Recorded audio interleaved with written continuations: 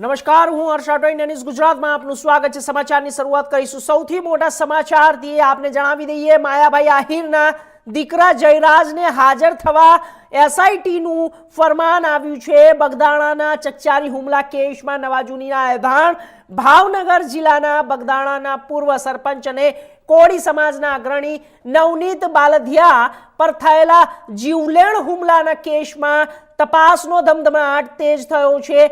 આ કેસની તપાસ માટે રચાયેલી સ્પેશિયલ ઇન્વેસ્ટિગેશન ટીમ લોક સાહિત્યકાર માયાભાઈ આહિરના પુત્ર જયરાજ આહિરને પૂછપરછ માટે સમન્સ પાઠવ્યું છે। મળતી માહિતી અનુસાર એસઆઈટી દ્વારા કેસના મૂળ સુધી પહોંચવા માટે પૂછપરછ હાથ ધરવામાં આવી છે।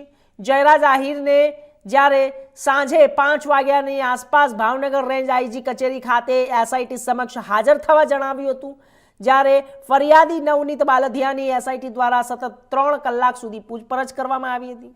તેમણે જયરાજ આહિર વિરુદ્ધ 15 જેટલા પુરાવાઓ સોંપ્યા હોવાના દાવો કર્યો હતો। આ કેસની શરૂઆતમાં તપાસ કરનાર બગદાણા પોલીસ મથકના તત્કાલીન મહિલા પીઆઈ ડીવી ડાંગર અને અન્ય એક પીઆઈને પણ એસઆઈટીને પૂછપરછ માટે તેડાવ્યા હતા।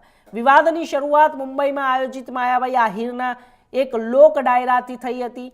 આ કાર્યક્રમમાં માયાભાઈ આહિરે યોગેશ સાગરને બગદાણા આશ્રમના મેનેજિંગ ટ્રસ્ટી કહ્યા। નવનીત બાલધિયાએ ફોન કરીને સ્પષ્ટતા કરી કે આશ્રમમાં આવું કોઈ પદ નથી। માયાભાઈએ ભૂલ સ્વીકારી માફી માંગી, પરંતુ ત્યારબાદ નવનીત બાલધિયા પર 29મી ડિસેમ્બર 25ની રાત્રે 8 જેટલા શખ્સોએ પાઇપ અને ધોકા વડે હિંસક હુમલો કર્યો હતો।